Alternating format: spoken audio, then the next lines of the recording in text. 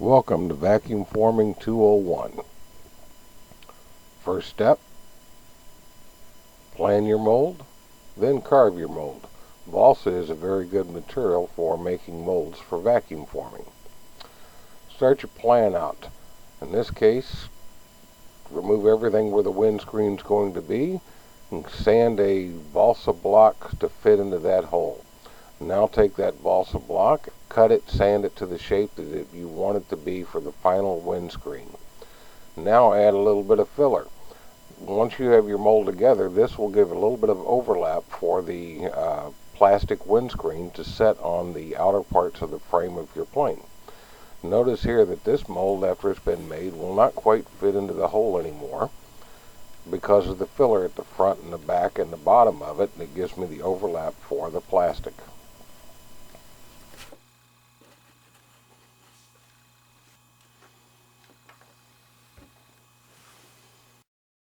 Here's the basic setup for the vacuum forming process for this windscreen for the Fairchild 45, otherwise known as the Fairchild JK-1 in the military colors.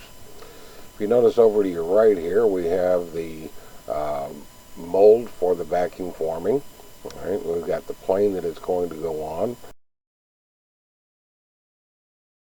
There's a few other parts laying around over here for some of the other repairs that have to be done to the plane at a later date, but at this point what we're talking about is just the windscreen. Right. If you look over to the left, we have some clear plastic dinner plates. Solo is one of the brands that I use quite a bit of. They're only about 18 thousandths of an inch thick to start with, and once I get them vacuum molded, there's a lot thinner than that. Here's my hot plate all set up, already turned on, nice and warm, and the vacuum forming box itself with the plate that I'm ready to use.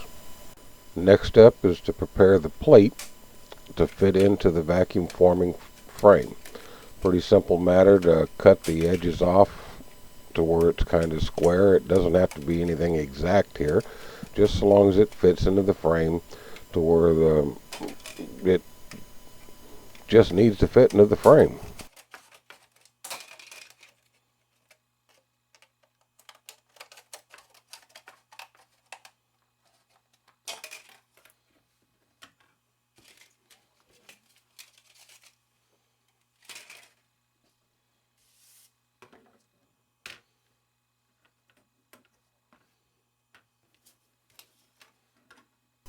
Place it into the frame. Close the frame down on it and install your clamps. In the vacuum former that I sell, you have a clamp on both ends. Mine happens to have a hinge on one end. Thought that was a little bit easier for me to use. Now I need to prepare the mold a little bit better. I've got the mold carved out of balsa, and I sealed it with thin CYA and then sanded it down nice and smooth after that. But now, so that the plastic doesn't stick to it, I'm adding a little bit of talcum powder to it. The talcum powder I'll rub in, get most of it rubbed in to where there's a nice thin coating on it. I'll even tap on the mold to get rid of most of the talcum powder. All I want is a very slick finish on it. Don't want a bunch of powder that's going to wind up sticking to the plastic at a later time. Place the mold into the center of the vacuum forming surface. Get the vacuum turned on and prepare to heat the plastic. This is where I find a lot of people in their first times at attempting vacuum forming making a mistake. When they hold the plastic above the heating element, they don't hold it down long enough. It needs to stay there until the plastic, if you watch it real closely, you'll see the plastic kind of wrinkle up, then it'll stretch out. You see it wrinkled here now. Watch closely, you'll see it start to stretch out. There it is, stretching out a little bit. And then after it stretches out, you need to heat it long enough to where it begins to sag down. Many people will slap it on top of the mold at this point. You notice I'll hold it on there a lot longer than that. I want it to really start sagging down. The farther I let it sag down, the thinner the plastic will be when I actually get done with the mold, and the better it will go on the mold. Notice how it was sagging way down before I dropped it onto the mold.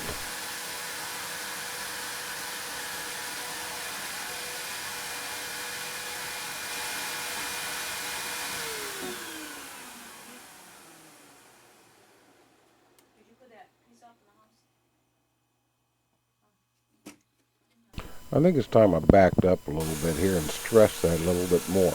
The number one problem I see with this is people not holding the plastic over the burner long enough. I'm going to do it again, this time using blue plastic so it's a little bit easier to see. I'm not going to hold it over the burner long enough. I'm going to heat it up just enough where it just starts to sag and then drop it on. Now as I zoom in here, you're going to take a close look at this and you'll see where the plastic is curved out away from the mold. Right, this is going to leave a real bad edge on it that's going to be very difficult to get rid of. Again, if you look really close here, you'll see the plastic is actually curved away from the mold and down to the base of the vacuum forming box. No way did it contour to the full shape of the mold. Let's try that again. We're going to take the same piece of plastic. It's a little harder to put back in the frame this time because it's already been molded a little bit. But this shows you something else. Sometimes you can get packaging from different tools or toys or whatever. The plastic's already been vacuum molded and got a big bump in it. Don't need to throw it out. Watch closely here as I've got it over the burner. You'll see that big lump from where I messed up the first vacuum forming process in this blue one. You'll see it shrink down. It'll actually, as it's stretching out here, that whole bump will just go away. Just like normal, it stretches out nice and smooth and starts to sag down. You'll see that all of that bump's gone. Once I got the plastic starting to actually mold down, or sag down from the weight of it, you'll see me rocking it back and forth so I can see the light reflecting on it. Got it sagging good. I drop it onto the mold, and at this point it sucks it all the way in nice and tight at the bottom. Take a close look here. You'll see how it pulled it a lot closer to the bottom of the mold. Still not perfect, but it is a lot better. It's actually enough to where I could trim this off now and use this form. Notice how it's a lot tighter at that point. There is a little bit of what we call webbing that's stuck out the back here. In this particular case, that wouldn't hurt anything, but many times when I'm doing something like a spinner, those stick off to the side of the spinner and cause me all kinds of grief when I'm trying to get the spinner smooth again. Here I'm going to do it again with the a new plastic plate, and I'm going to let it sag really down. Now put it onto the mold. It's going to come down a lot better here. I'm checking it before I let go of it. It's there before I walk away from it. It's all the way down, a little bit tighter around the bottom of the mold. Makes a lot better vacuum form piece if you let it really sag down good before you stick it on there. Notice how sharp it is against the base of the vacuum forming box now. You can still see a little bit of that webbing out back, but again on this one, that's all going to be cut away on this mold, so I'm not really worried about it. Take a look on the bottom side here. You can see where it actually pulled all the way up to the mold.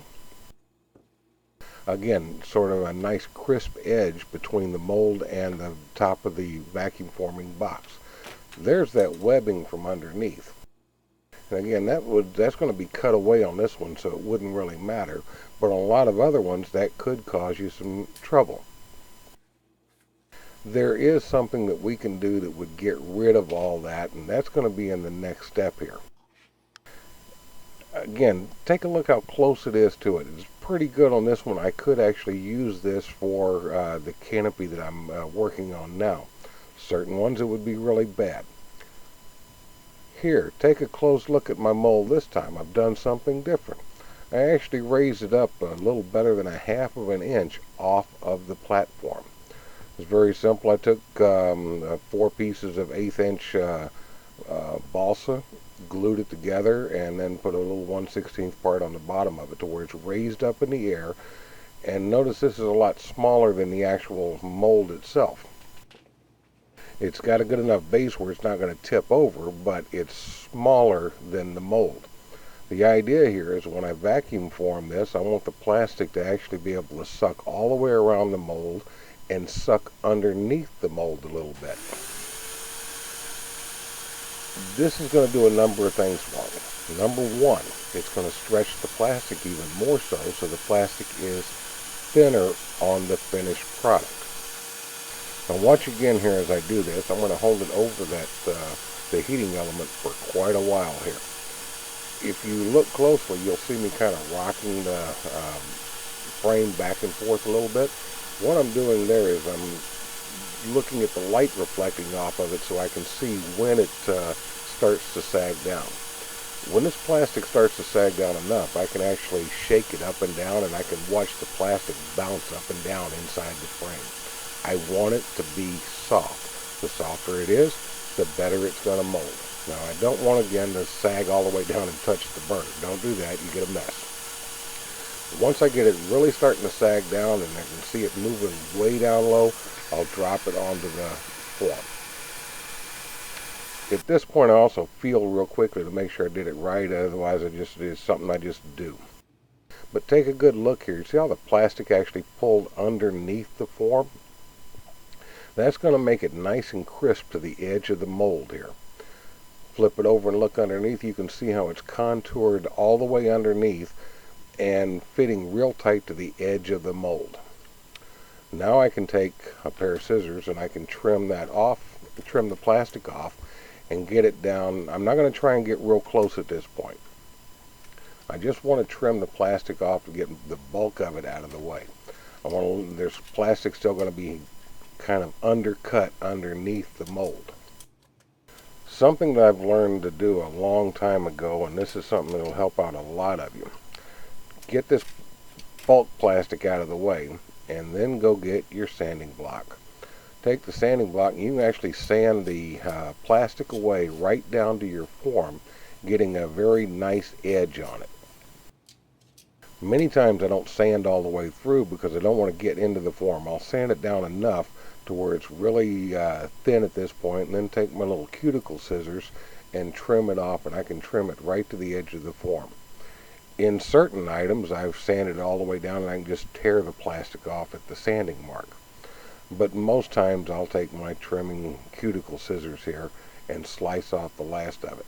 It's real easy to cut because I measured this one later, and most of this plastic is down to about 4/1000ths of an inch.